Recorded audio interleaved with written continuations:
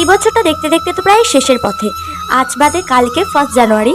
So আমার বছরের শেষে এইটুকুই মনে হচ্ছে, আমার লক্ষ্য মাত্র দুটো জিনিসের ওপর। একটা হলো কঠোর পরিশ্রম, যেটা আমি নিজের পায়ে সবসময় দাঁড়াতে চাই, সবসময় আমি কাজ করে যেতে চাই। আর 2 নম্বর হলো ভগবান, মানে ওনার আমার প্রতি একটু কৃপা, আর কিচ্ছু চাই না আমার। আর এই দুটো জিনিস যদি আমার কাছে বছরের শুরু থেকে যায়, তাহলে আমার মনে হয় কেউ আমাকে কোনো কিছু করতে আটকাতে পারবে না।